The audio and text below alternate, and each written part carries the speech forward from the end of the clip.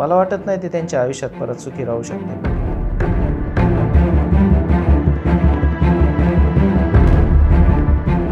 याला दोषमुक्ती कसं म्हणता येईल? तुम्ही बदली स्वीकारा, तुम्ही पण सुटाल, आम्ही पण सुटू.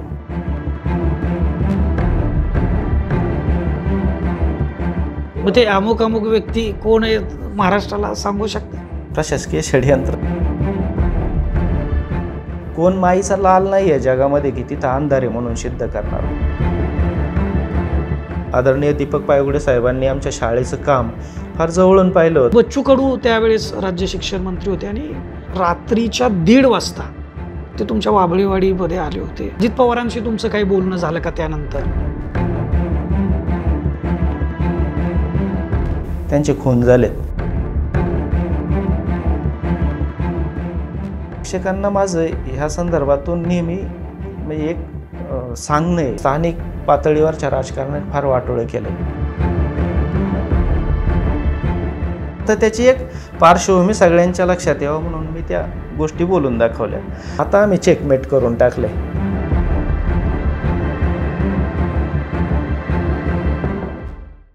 नमस्कार, मी Deepak Darade. For the people न्यूजमध्ये आपलं सर्वांचं स्वागत आहे. मुद्द्यावर बोलू हा आपला जो खास कार्यक्रम आहे, या खास कार्यक्रमामध्ये आज खास व्यक्ती आहे. तुम्हाला त्यांचा परिचय अगदी एका नावामध्ये होईल. आज आपल्याकडं वारे गुरुजी आहेत. वारे गुरुजी, आपलं मनापासून स्वागत आहे. थँक्यू. म्हणजे महाराष्ट्रातल्या जनतेला तुमच्याबद्दल वेगळी ओळख करून देण्याची गरज नाही आहे, कारण वारे गुरुजी म्हटलं की वाबळेवाडीची शाळा आणि महाराष्ट्रातलं नव्हे तर देशातलं हे पहिलं सरकारी जी शाळा आहे, जी आंतरराष्ट्रीय शाळा बनवली, ही आपली ओळख आहे. खरं तर ही ओळख पूर्वी होती, आता त्याच्यासोबत आणखी एक ओळख झालेली आहे.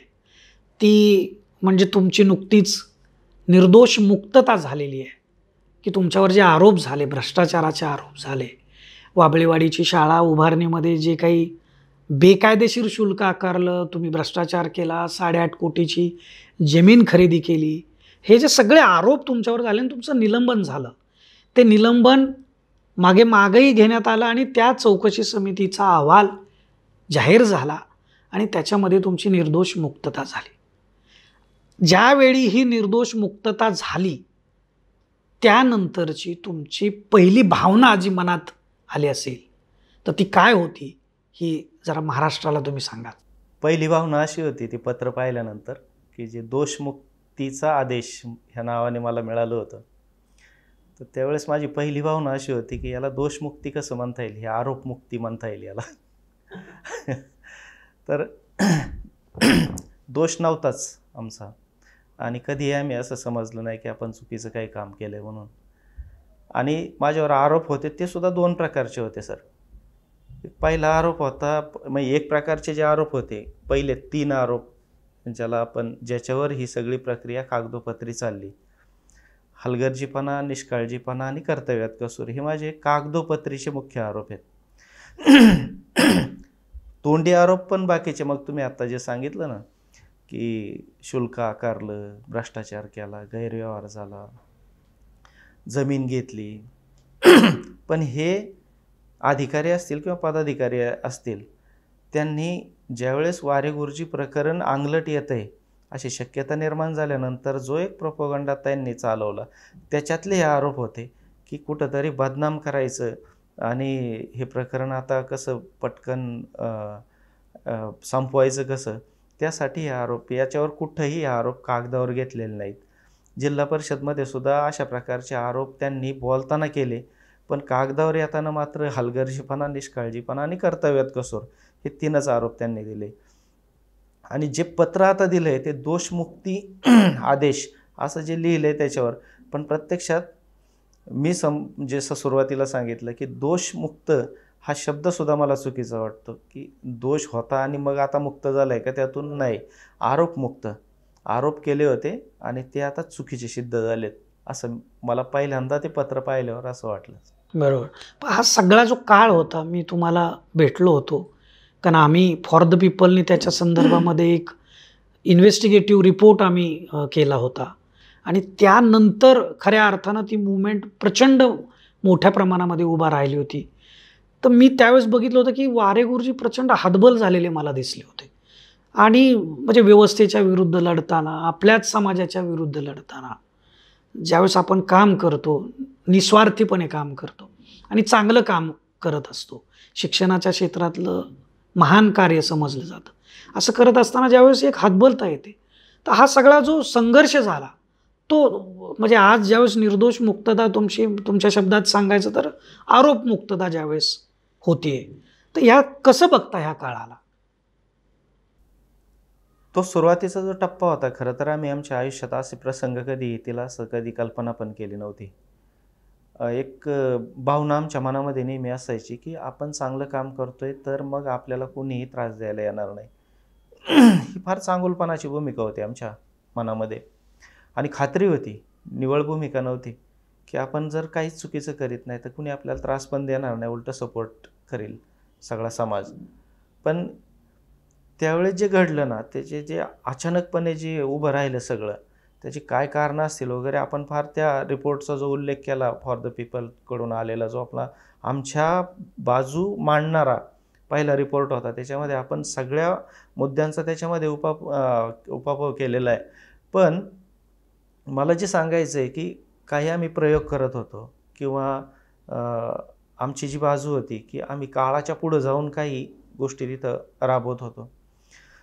प्रयोगांसाठी किंवा प्रयोगांना कसा सपोर्ट करायचा असतो याच्यासाठीची जी समाजामध्ये एकंदरीत प्रगल्भता लागते, त्या प्रगल्भतेची उणीव मात्र आम्हाला म्हणजे दिसली, त्यावेळेस भासली ती उणीव, की ती जी प्रगल्भता लागते प्रयोगांना सहन करण्याची किंवा प्रयोगांना स्वीकारण्याची, तर ती आपल्या समाजामध्ये, समाज हा शेवटच्या याच्यावर राहतो, पण समाजाच्या अगोदर समाजापर्यंत पोहोचवणारी जी माध्यमं आहेत, ही सुरुवातीला पाहणारी, मग ती पदाधिकारी आणि अधिकाऱ्यांची एक फळी सुरुवातीची, त्यानंतर तिथपासून समाजापर्यंत नेण्यासाठी जी माध्यमांची एक दुवा असतो मधला, तो माध्यमांचा दुवा पण एक सकाळ प्रिंट मीडियामधलं थोड्या प्रमाणामध्ये आम्हाला लोकमतनी पण चांगला सपोर्ट केला आणि ABP माझा, ह्या गोष्टी जर सुरुवातीपासून सोड, यांनी कधीही आमच्या शाळेवर किंवा आमच्यावर निगेटिव्ह कधी लिहिलं नाही किंवा मांडलं नाही.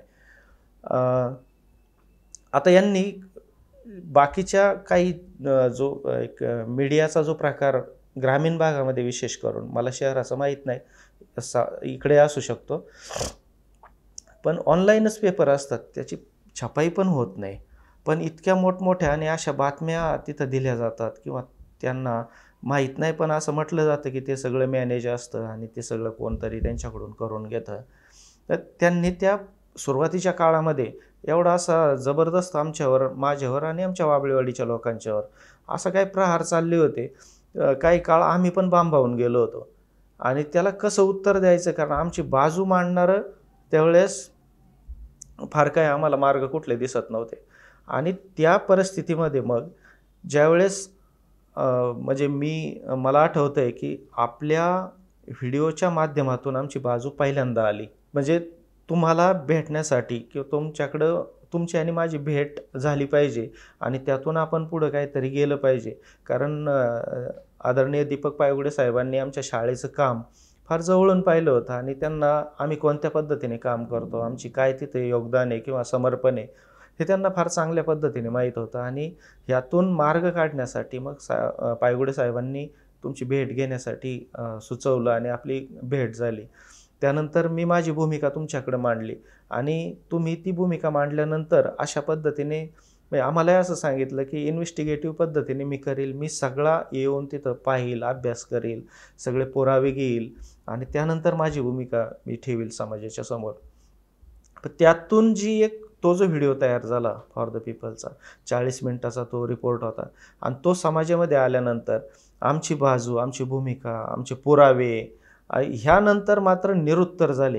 ही जी सगळी जो काही षडयंत्र चाललं होते, हे षडयंत्र करणारी माणसं निरुत्तर झाली, कारण त्यांच्या प्रत्येक आरोपाला तिथपर्यंत केलेल्या आणि त्याच्यानंतरही करू शकतील अशा आरोपांना उत्तर आपल्या व्हिडिओच्या माध्यमातून मिळालं होतं, आपल्या रिपोर्टच्या माध्यमातून मिळालं होतं. इतका सुंदर व्हिडिओ आणि इतका म्हणजे त्याच्यावर त्यांच्या षडयंत्रावर आघात करणारा व्हिडिओ आपला जो आला, त्यानंतर समाजामध्ये एक तो त्याची खूप चांगली प्रतिक्रिया समाजातून आली. आमचा सपोर्ट खूप मोठ्या प्रमाणावर त्यानंतर वाढला, कारण ज्यांना सपोर्ट करायचा होता त्यांना सपोर्ट करण्यासाठीचं एक जे वातावरण पाहिजे किंवा त्याची पाठीमागचा जो आधार पाहिजे, तो आधार त्या व्हिडिओने तयार केला होता आपल्या. आणि मग प्रचंड मोठ्या प्रमाणावर सहानुभूती असेल किंवा पाठबळ असेल समाजामधून आम्हाला मिळालं वाबळेवाडीच्या शाळेला.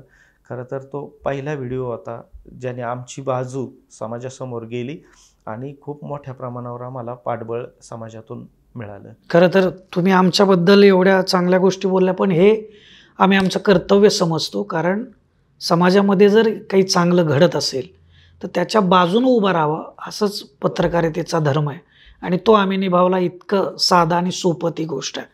पण मला आनंद आहे की तुम्ही ह्या सगळ्या आरोपातून मुक्त झालाय आणि पुढं तुमचं निलंबन ज्यावेळेस मागं घेतलं गेलं तर तुमची बदली ही जालिंदर नगरच्या शाळेवरती झाली.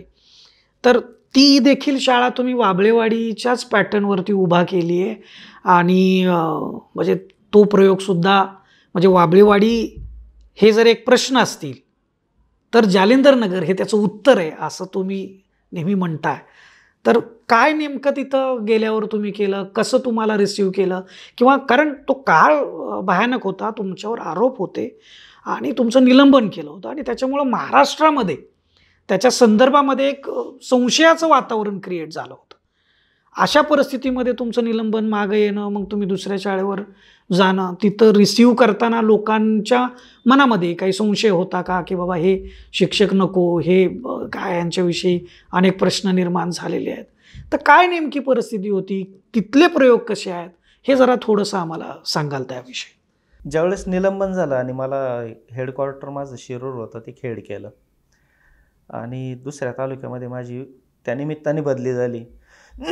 मला अजून एक या ठिकाणी सांगावं वाटतं, तो प्रशासकीय चूक म्हणता येईल किंवा तो प्रशासकीय षडयंत्र पण म्हणू शकतो आपण त्याला, असं काही शब्द वापरायला हरकत नाही. साधारण म्हणजे 16 जुलैला आमची प्राथमिक चौकशीला सुरुवात झाली होती.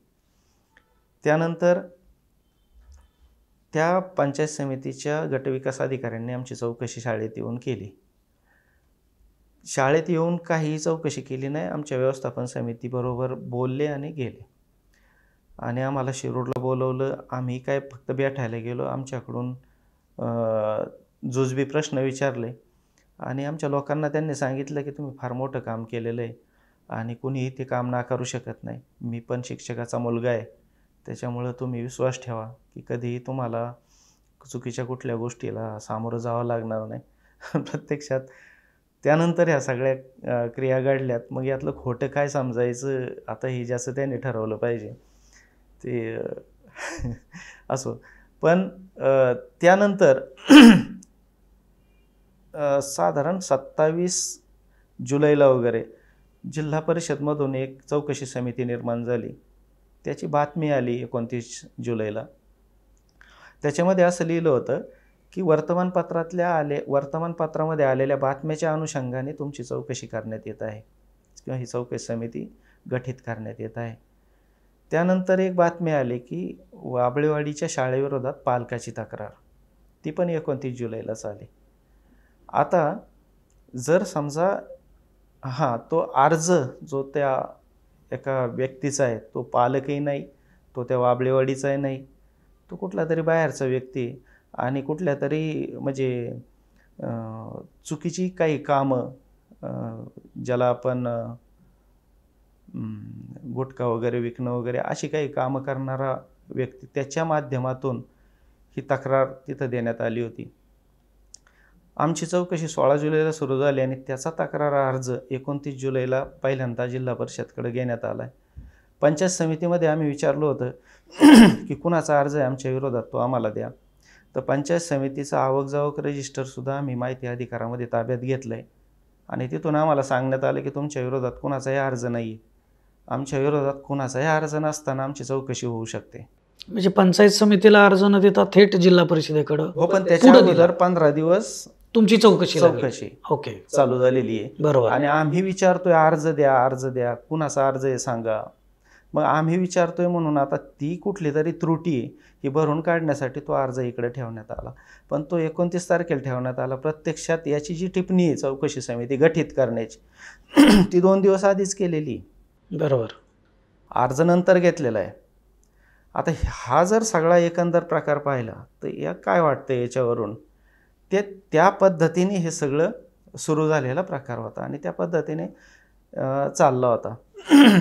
मला असं वाटतं की बऱ्याचदा हे असंच घडतं प्रशासनाकडून, किंवा जर घाईमध्ये आणि दबावामध्ये जर कोणी काम केलं तर अशाच पद्धतीच्या चुका होतात. पण याच्यामध्ये जो याचा या सगळ्याचा लाभार्थी असतो असं आपण म्हणू, तो फार थकलेला असतो. तुम्ही मगाशी सांगितलं तसं हातबल झालेला असतो आणि लढायचंच नाही म्हणून तो शरणागत झालेला असतो कुठंतरी. पण ह्या सगळ्या चुका असल्या तरी त्याला काही फारसं कोणी त्याच्या बारकाव्यामध्ये जात नाही. अशा परिस्थितीमध्ये त्याच्यानंतर चौकशी समिती गठीत झाली, आमची चौकशी झाली ऑगस्टमध्ये वगैरे. 9 सप्टेंबरला चौकशी समितीने त्यांचा अहवाल जिल्हा परिषदला दिला पूर्ण चौकशी करून, आणि हे 3 आरोप माझ्यावर ठेवले. हलगर्जीपणा केला, निष्काळजीपणा केला, कर्तव्यात कसूर केला. हे समानार्थी शब्द आहेत तिन्ही. तर अशा पद्धतीचं हे झालं सगळं पूर्ण. चौकशी पूर्ण झाली. जिल्हा परिषदला अहवाल पण मिळाला आहे 9 सप्टेंबरला. 22 नोव्हेंबरला माझं निलंबन केलं आहे. त्याला कारण असं आहे चौकशीमध्ये हस्तक्षेप होऊ नये यांचा म्हणून. 2.5 महिन्यांनी त्याच्यानंतर.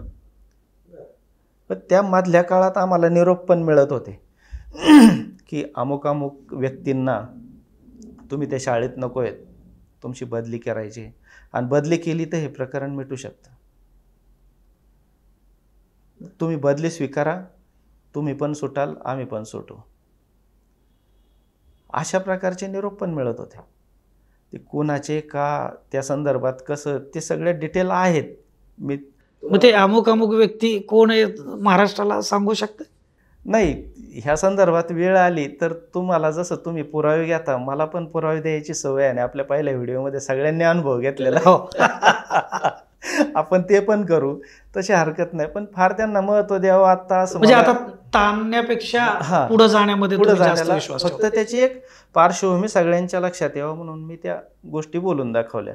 पण त्या चर्चेमध्ये मला एक यादी दाखवण्यात आली होती की हे 30-40 गावांची यादी, ही पहा तुम्ही, आणि यातलं एखादं गाव निवडा आणि आमच्याकडून ती तसं तुम्हाला ते त्या पद्धतीने आम्ही बदली करून देतो. मी पहिल्यांदा मला तर तसा थोडंसं ह्या गोष्टीचा राग पण आला होता की ज्यांनी आपल्याला सपोर्ट केला पाहिजे ते आपल्याला मधला मार्ग स्वीकारायला सांगतात, बदली करून घ्या म्हणून. मी त्यांना अगोदर म्हणलं की बदली जर केली तर माझ्या घरापासून त्या गावाच्या शाळेत जाईपर्यंत मला जर कोणी रस्त्यात मध्ये भेटलं आणि विचारलं की तुझी बदली का झाली, तर मी काय सांगू? मी चूक केली म्हणून झाली, तर मी बदली नाही स्वीकारणार. त्यांनी मला सांगितलं की पुनर्विचार करा त्या बाबतीत. ही 30-40 गाव आहे, तुमच्या घराच्या जवळ कोणतं आहे बघा, आणि एक सर्वसाधारण शिक्षकासारखं एक त्याची निवड करा, आम्हाला सांगा, मी करून देतो तुमची बदली. तर त्या बाबतीत यादी पाहिली. सुरुवातीला हे सगळं सुरू झालं तेव्हा सुरुवातीच्या टप्प्यात म्हणजे कधी ह्या गोष्टीचं टेन्शन नाही आलं, भीती नाही वाटली कधीच कशाचीच. तर तुम्ही सत्यावर पुढे चालला होता. हा, कारण मी बोललो त्याप्रमाणे जागा असताना तर कधी हातून चूक होईल किंवा पाऊल चुकीचा पडेल असं तर कधी होणारच नाही. पण काही लोकांना झोपत चालायची सवय असते. मी कधी काळी जर असा झोपत उठून चालायला लागलो तरी पण माझा पाऊल वाकडं नाही पडणार, एवढी मला स्वतःबद्दल खात्री. आणि जे काही काम केलं आत्तापर्यंत हे प्रपंचावर तुळशीपत्र ठेवून केलेलं आहे. पैसा वगैरे हा विषय किंवा बाकीच्या भौतिक गोष्टींच्या बद्दल त्यांचं कधी आकर्षण नव्हतं आणि आजही नाही, भविष्यातही नसणार आहे. जीवन काय असतं आणि जगलं कसं पाहिजे हे फार चांगल्या पद्धतीने समजलं. इथून पाठीमागही समजलं होतं आणि ह्या 2 वर्षात तर 200 वर्षाचा अनुभव घेतला. त्याच्यामुळं ती गोष्ट तर कुठं आमच्या आयुष्यामध्ये कधी नव्हती. आणि एवढं सोपं नसतं की सूर्य चमकतोय आभाळात, ऊन पडलंय, कोण माईचा लाल नाही आहे जगामध्ये की तिथं अंधार आहे म्हणून सिद्ध करणारा. हे आपल्याला खात्री पाहिजे. आपण फक्त पाय रोवून उभं राहायची आवश्यकता असते. सत्य सत्य सिद्ध होत जातं आपोआप. सत्य कधी सिद्ध होणार नाही असं कधी घडत नाही. आणि त्याला फक्त आपण जर लढाई सोडून दिली तरच फक्त तो प्रॉब्लेम असतो की ते सिद्ध होत. शिक्षकांना माझं ह्या संदर्भातून नेहमी म्हणजे एक सांगणं आहे याच्यामध्ये की शिक्षकांची मानसिकता म्हणजे आपण ज्याला म्हणतो की सशाचं काळीज, गायीसारखा वाण, अशा पद्धतीने ते शिक्षकांचं एकंदर आयुष्य असतं किंवा विचार करण्याची पद्धत असते. दबकून वागणं. हा, दबकून. पण का दबकून वागायचं? आपण का गुलाम आहेत का कुणाचे? समाजातलं सगळ्यात मोठं काम शिक्षक करतो. समाजातलं सगळ्यात मोठं काम करतो. लोक अगदी तलाठी असेल किंवा ग्रामसेवक असेल त्याला लोक हे करतात, व्यवस्थित त्याच्याशी बोलतात किंवा त्यांनी चूक केली तरी त्याची मान्य करतात. शिक्षकाचं काय? का त्याच्याशी व्यवस्थित का वागतात? यांची प्रॉपर्टी त्यांच्या हातात आहे ना कुठंतरी. त्याच्यापेक्षा तो प्रॉपर्टीचा वारसदार आमच्या हातात आहे ना. अगदी मी तेच बोलणार होतो आता की सगळ्यात मोठी प्रॉपर्टी शिक्षकाच्या हातात, आमच्या हातात आहे. आम्ही भविष्य सगळं त्याला घडवायचं हातात, आम्ही घडवतोय ते सगळं. आणि का बॅकफुटवर शिक्षक असे गेलेत मला समजत नाही. पण आपण असं नाही समजायला पाहिजे. आपली फार मोठी भूमिका आहे. समाजाने शिक्षकाला अनेक काळापासून, अनेक पिढ्यांपासून, प्राचीन काळांपासून फार मोठी आणि महत्त्वाची जबाबदारी शिक्षकाला दिलेली आहे समाजाने. आणि ती जबाबदारी आपण पार पाडतोय. आणि तो फार मोठा आदर आपल्यासाठी समाजाने कायमच दिलेला आहे. तर आपण स्वतःला कुठंतरी कमीपणा करतो, कुठंतरी स्वतःलाच आपण हातबल आहे किंवा स्वतः काहीतरी मनामध्ये न्यूनगंड आपण तयार करतो. आणि त्या न्यूनगंड मनामध्ये ठेवून आपण असंच वागलं नाही पाहिजे समाजामध्ये. याने काय होतं, समाजाला दिशा देणाराच कुठं जर दिशाहीन झाला, समाजामध्ये आत्मबळ वाढणारा जर कुठंतरी हातबल झाला तर मग अंधार होईल सगळा. आणि आपण थेट 1 to 1 कनेक्ट आहे आपण समाजाशी शिक्षक म्हणून.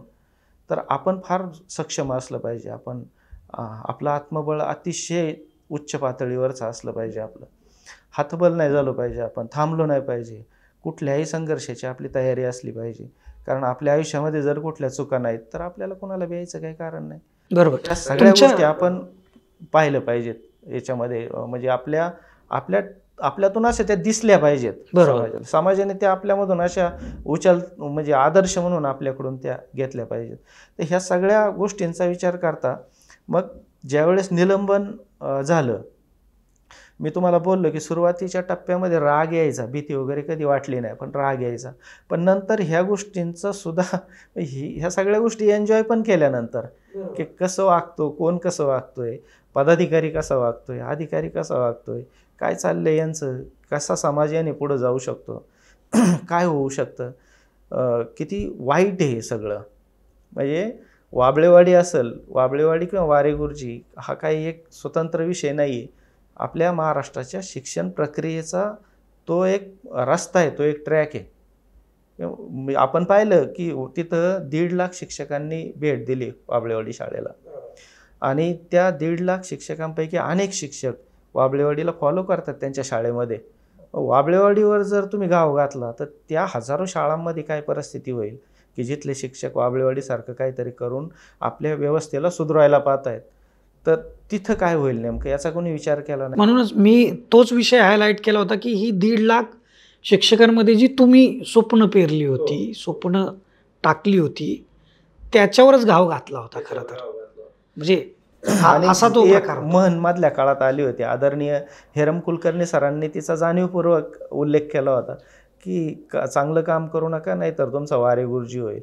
ही किती निगेटिव्हिटी. मला फार वाईट वाटायचं त्या गोष्टीचं की आयुष्यभर सकारात्मक वातावरण निर्माण व्हावं म्हणून आपण काम करतो, प्रपंचावर तुळशीपत्र ठेवून आपल्याच नावाने निगेटिव्ह मन चाललेली आहे समाजामध्ये. ही भूमिका कुठंतरी मनात होती ती जालिंदर नगरची शाळा उभी करण्याच्या पार्श्वभूमीत.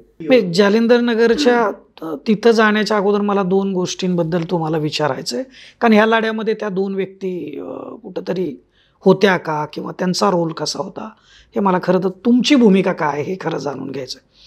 म्हणजे बच्चू कडू त्यावेळेस राज्य शिक्षण मंत्री होते आणि ते रात्रीच्या 1:30 वाजता ते तुमच्या वाबळेवाडीमध्ये आले होते आणि काय त्याच्या पुढं त्यांनी आश्वासन दिलं होतं वाबळेवाडीकरांना की बाबा ह्या लढ्यामध्ये मी तुमच्या सोबत आहे हे. तर त्यानंतर काय नेमकं घडलं किंवा त्यांचा तिथं येणं आणि तिथून पुढं काही गोष्टी घडल्या का? बच्चूभाऊंची ह्या प्रकरणातली एंट्री जसं मी तुम्हाला सांगितलं ना की आपला व्हिडिओ आला आणि समाजाच्या समोर एक क्लिअर असं चित्र आलं. बच्चूभाऊंची एंट्री ह्या प्रकरणामध्ये झाली आणि व्हायचं काय त्यावेळेस की महाविकास आघाडीचं सरकार होतं. विरोधी पक्ष काय किती बोलला तरी म्हणजे तो विरोधी पक्षच असतो. त्यांनी आमची बाजू घेणं म्हणजे आम्ही चुकीचंच आहे, पण आता विरोधाला विरोध म्हणून हे यांची बाजू घेतात का काय असंही चित्र तयार होण्याची शक्यता होती. अनेक चांगली लोकं होती, ते सांगायचे की आम्हाला तुमचं सगळं पटते पण आम्ही बोललो तर तुमचाच त्रास वाढेल. तर अशा मग यांनी ते थोडंसं म्हणजे आमचा तो सामाजिक सपोर्ट तो थांबलेला पण आम्हाला तिथं दिसायचं. पण भाऊंनी काय झालं की ते गाडी म्हणजे 4 व्हीलरने ते अमरावतीवरून मुंबईला चालले होते आणि दरम्यान मधल्या टप्प्यामध्ये कुणीतरी आपला व्हिडिओ त्यांना दाखवला आणि तो प्रवासामध्ये त्यांनी पाहिला. आणि मला चांगलं आठवतंय तो गुरुवारचा दिवस होता, सुट्टी होती आम्हाला कसली तरी त्या दिवशी आणि आमच्या गावाशेजारी एक डोंगरावर एक मंदिर आहे, दत्त मंदिर, की जिथं मी अस्वस्थता किंवा असं काही चलबिचल आपल्या मनामध्ये ज्यावेळेस येते आपल्याला थोडंसं सेटल होण्याचं किंवा स्टेबल होण्याची आवश्यकता असते, मी तिथं जाऊन आपला बसतो. दत्त मंदिर आहे ते. मी तिथं गेलो होतो आणि आतमध्ये असतानाच खरं तर पहिला फोन आला होता, पण त्यानंतर दर्शन घेऊन मी बाहेर पडलो आणि पुन्हा तो फोन आला. अननोन नंबर होता, माझ्याकडे काही त्यांचा नंबर नव्हता आणि ज्यावेळेस मी फोन उचलला त्यावेळेस भाऊ बोलायला लागले फोनवर. मला म्हणजे ते ज्यावेळेस मंदिरात आपण बसतो त्यावेळेस देवाशी आपण काय संवाद करीत असतो, तो माझा संवाद संपला होता आणि काही जे बोलणं झालं असेल त्याच्या पार्श्वभूमीवर भाऊंचा तिथं फोन आला मला आणि मला ते बोलायला लागले की मी तो व्हिडिओ पाहिला गुरुजी, तुम्ही कुठे आहे, तुम्ही काळजी करू नका, मी तुमच्या पाठीशी, मी आता त्याच मार्गे मुंबईला चाललो आहे आणि मी येतो आहे शाळेमध्ये आणि आज संध्याकाळीच पोचेल शाळेमध्ये. मला ते इतकं आश्वासक वाटलं बच्चूभाऊंच्याबद्दल.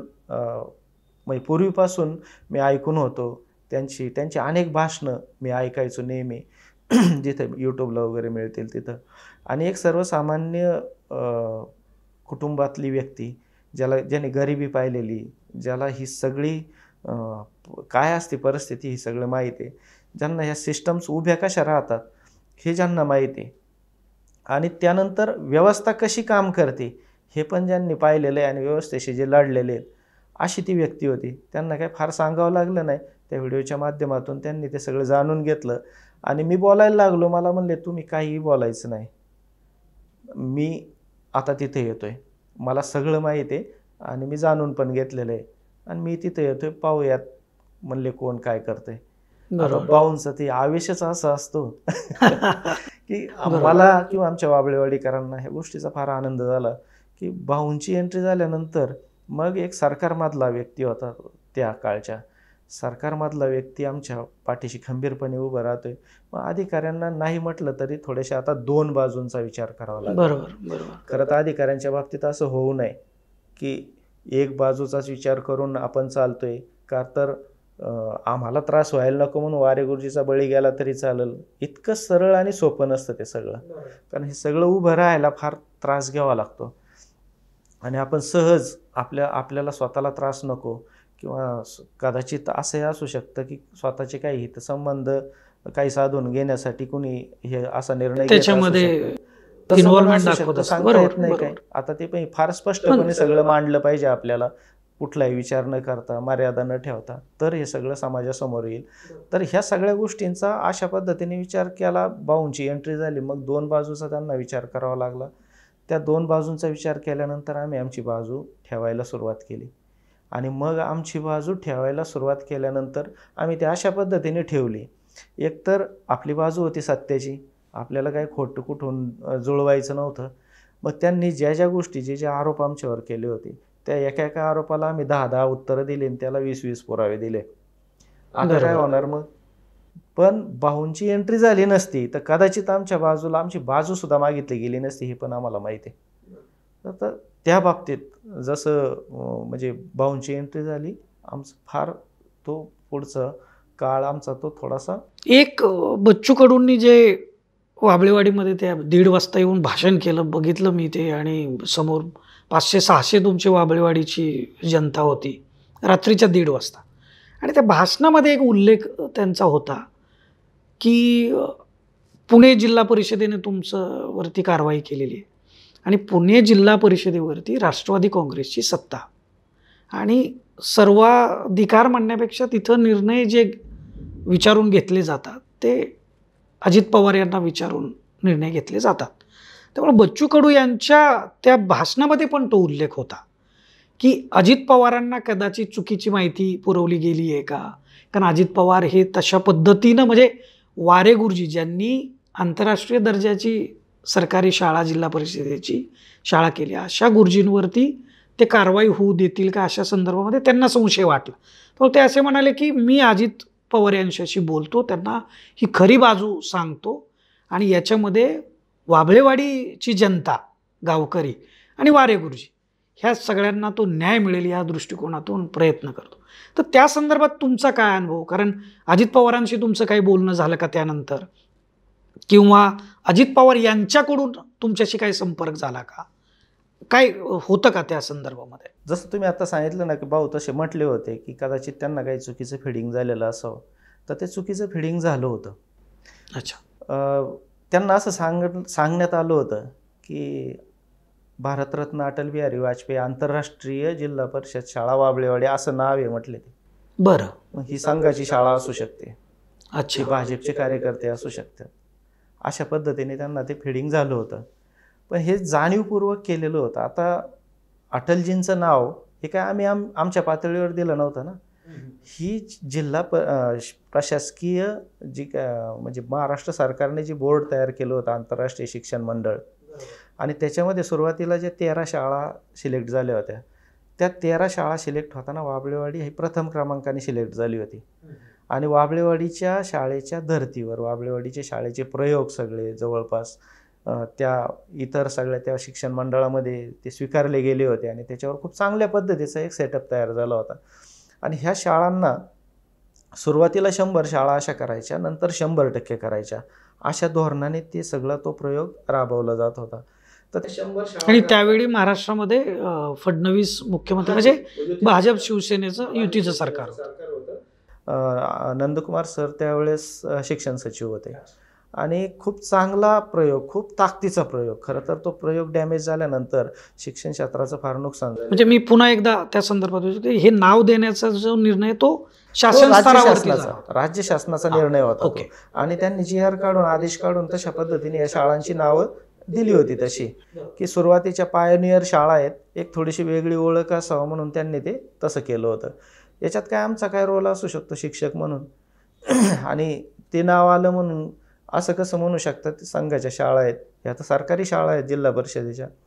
तर अशा पद्धतीचं फिडिंग त्यांच्याकडे गेलं होतं. पण जसं तुम्हाला भाऊंना खात्री होती की आदरणीय दादांच्या बाबतीत ते काय असा फार चुकीचा निर्णय कधी घेतील कुणाला, किंवा चांगलं चाललेल्या कामाबद्दल प्रयोगाबद्दल ते अशी काही वाईट भूमिका घेतील असं नाही. पण त्यांना फिडिंग तसं गेलं. दुसरी गोष्ट अजून एक गंमत अशी झाली होती, शिरूरमध्ये एक म्हणजे गुन्ह्याचा प्रकार झाला होता. एका वयोवृद्ध महिला होती, तिच्या मुलाला म्हणजे ते हत्या झाली होती त्याची. आणि ज्यावेळेस दादा तिथे भेटायला आले आणि ती महिला रडली वगैरे, दादा भावनिक आहेत, मला पण माहिती आहे या गोष्टी. तर त्यानंतर तो मुद्दा सोडून लगेच तिथले आमचे पदाधिकारी तिथं भिडले आणि दादा बघा ना, आम्ही त्या CEO सांगतोय पण ते काय त्याच्यावर कुठली ॲक्शन घेत नाही त्या शाळेच्या बाबतीत. आणि मग त्या भावनेच्या भरात कदाचित तो फोन झालेला असावा, त्याचं प्रेशर इकडं अधिकाऱ्यांच्यावर आलेलं असावं, असं ते घडलं होतं. पण त्यानंतर आत्ता दादा पुन्हा याच्यामध्ये उपमुख्यमंत्री पदावर आल्यानंतर शिरूरमध्ये पुन्हा त्यांचा दौरा होता आणि आमची मंडळी पुन्हा त्यांना जाऊन भेटली. तर दादांना असं वाटलं आम्हाला की यांना काही फारशी कल्पना नव्हती या विषयाची. तर मग दादांनी तो विषय समजून घेतल्यानंतर स्पष्ट आदेश दिले की वाबळेवाडीवर अन्याय होता, कामाचं नाही म्हणून. तशा सूचना त्यांनी अधिकाऱ्यांना दिल्या. तर ह्या अशा पद्धतीने फार असं गॅप ठेवून किंवा लूप होल्स शोधून अशा पद्धतीने हे वरच्या नेत्यांपर्यंत पण पोहोचवलं जातं. एकतर त्यांना वेळ नसतो, धावपळ असते. पोहोचवणारा कशी गंमत करतो मध्ये, त्यातलाच हा एक प्रकार होता असं वाटतं. म्हणजे तरी पण मला असं वाटतं की दादांनी दुसरी बाजू समजून घ्यायला हवी होती, कारण सामान्य शिक्षक नव्हता समोरचा. म्हणजे वाबळेवाडी एक आंतरराष्ट्रीय शाळा, वारे गुरुजींनी ती बनवली आहे. असा एक अवॉर्ड विनिंग शिक्षकावरती जो अन्याय होतोय, तिथं समोरची बाजू समजून घेऊन पुढचं कारवाईचे आदेश कदाचित जर प्रशासनातून येणं अपेक्षित होतं. हे आदेश काही अजित पवार देत नाहीत, पण त्याच्यावर लक्ष द्यायला पाहिजे होतं असं मला एक सामान्य माणूस म्हणून वाटतं. आपण म्हणतात ते पण बरोबर आहे, कारण मला वाटतं कोणता अर्थसंकल्पीय अधिवेशन होतं 2020चं वगैरे होतं. त्या 2020च्या अर्थसंकल्पीय अधिवेशनामध्ये दादांनीच एक तिथं घोषणा केली होती महाराष्ट्राच्या विधानसभेत, की अशा वाबळेवाडीच्या धर्तीवरती 1500 शाळा विकसित करू आणि 5,000 कोटी रुपये त्याच्यासाठी तरतूद केलेली होती. तर आपण म्हणतात ते अगदी बरोबर आहे, कारण एक प्रयोग उभा राहत असताना तो जपणं फार महत्त्वाचं असतं आणि मोठ्या लोकांचंच हे सगळं काम आहे. पण कदाचित ही दुसरा जो आदेश त्यांनी दिलाय वाबळेवाडीकरांवरती अन्याय होऊ नये, कदाचित ही दुरुस्ती आपण समजू शकतो त्यातली. म्हणजे मला आता बघा, म्हणजे प्रवास हा पुढं तुमचा सुरूच राहिला आहे. तुमचं निलंबन मागं घेतलं आणि मग तुम्ही जालिंदर नगरच्या शाळेवरती रुजू झाला. मला तिथं तुम्हाला आता घेऊन जायचं आहे की जालिंदर नगरला तुमचं येणं हा तिथल्या गावकऱ्यांमध्ये कसा उत्सुकतेचा विषय होता की संशयाचा विषय होता? तुम्हाला रिसीव्ह करताना आनंद होता की भीती होती? नेमकं काय? आणि आता तिथं शाळा आम्ही सगळ्या ह्या पुन्हा एकदा वाबळेवाडी तिथं उभा राहते असं दिसतंय. तिथं पुन्हा एकदा चांगली शाळा उभा राहते. तिथला पटसंख्या ही तिप्पट चौपट वाढलेली दिसते. प्रयोग पुन्हा वाबळेवाडीसारखेच तिथं सुरू झालेले दिसत आहेत. हे सगळं कसं सुरू झालं? जसं इकडं मी बोललो ना की बदली करायचीच किंवा केलीच पाहिजे. मग आता ती टेक्निकली कशी बसवली पाहिजे? निलंबन झाल्यावर बदली आपोआप होती. बरोबर. मग झालो निलंबित.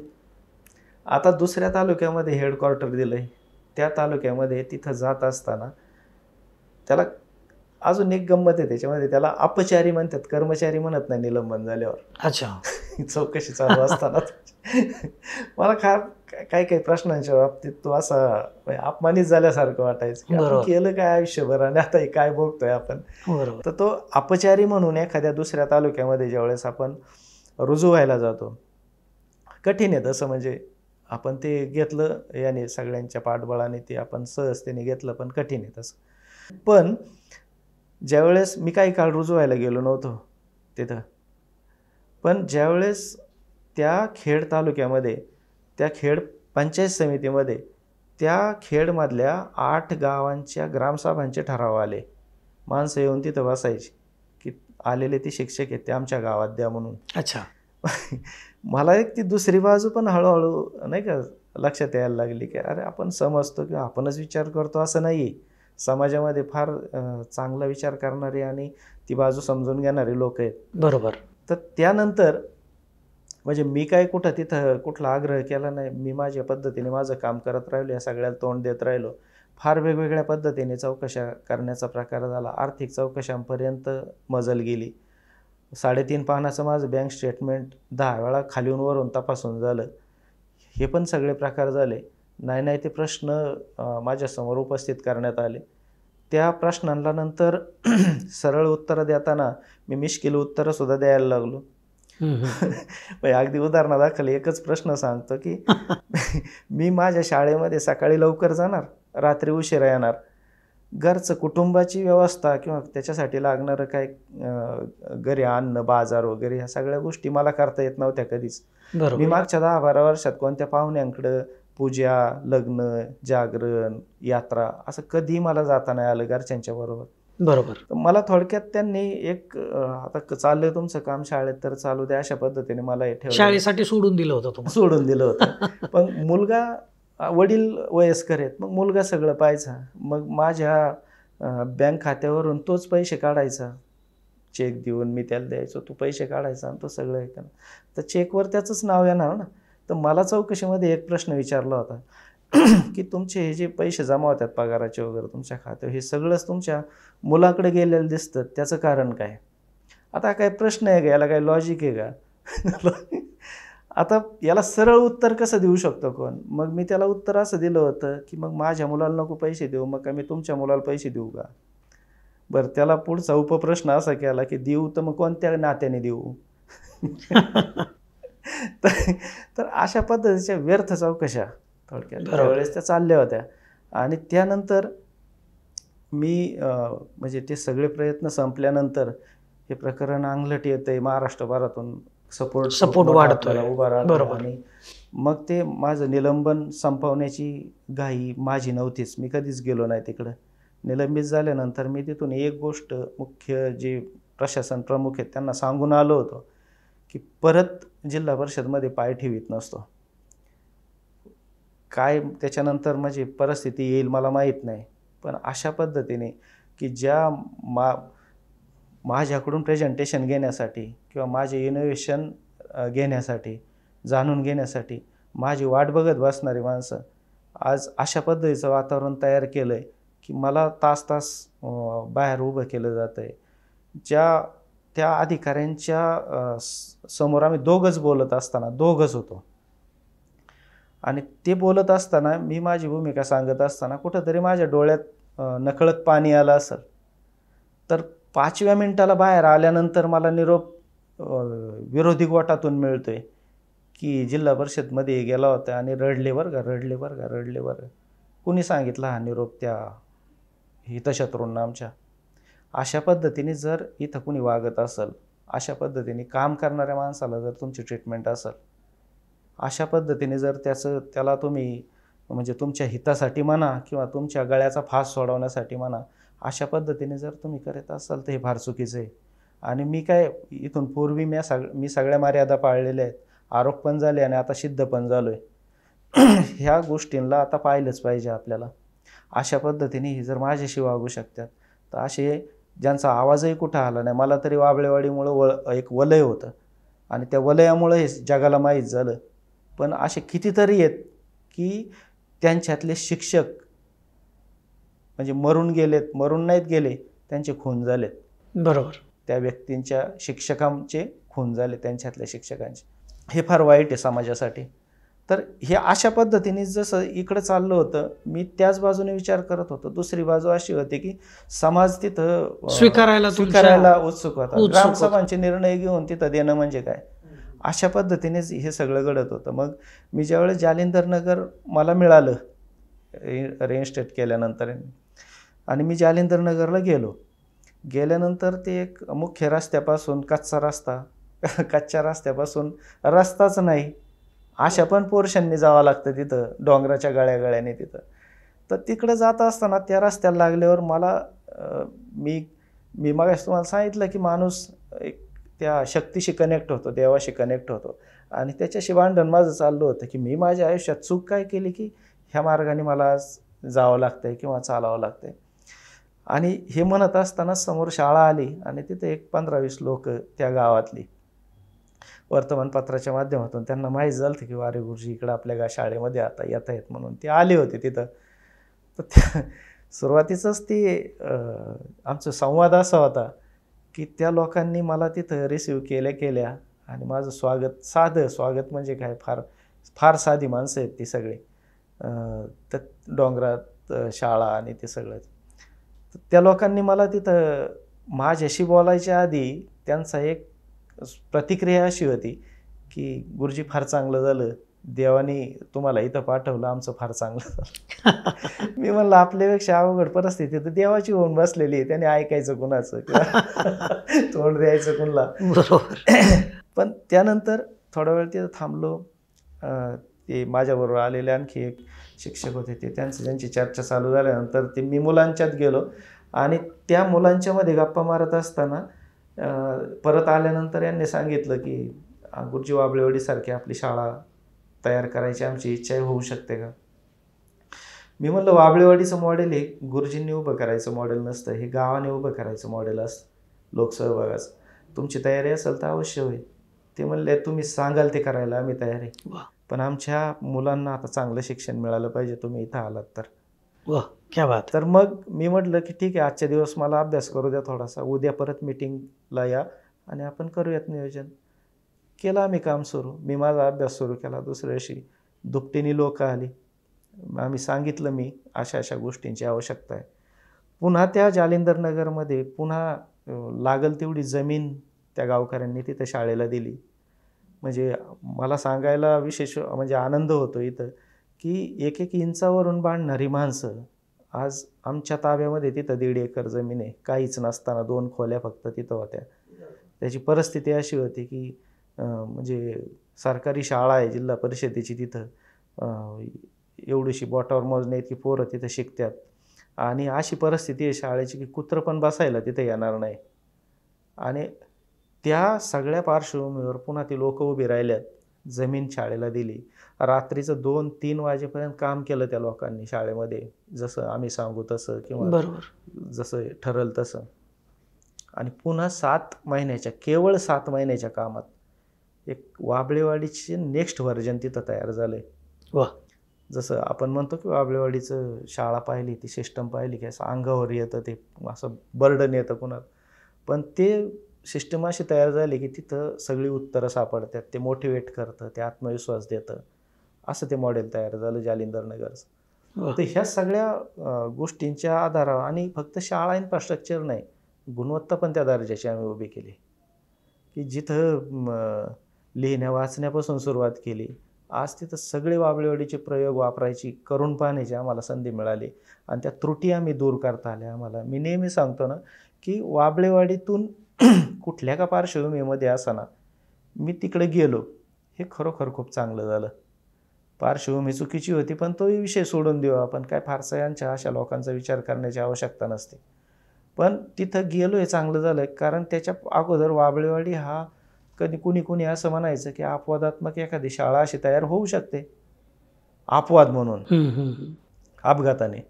पण आता तिथून जालिंदर नगरला गेलो आणि 7 महिन्यात फक्त शाळा जर उभी राहिली तर आता हे अपवाद नाही राहिले, आता हे उदाहरणं तयार झाली. बरोबर. आणि तिथे सुरुवातीला किती मुलं होती तिथं सुरुवातीला? म्हणजे मी जाण्याच्या अगोदर तर 3 होती. बरं. त्याच्यानंतर मी गेलो त्यावेळेस एक 7-8 मुलं होती तिथं. आणि त्यानंतर मग दुसऱ्याच वर्षी आम्ही 100 क्रॉस केले. बरं.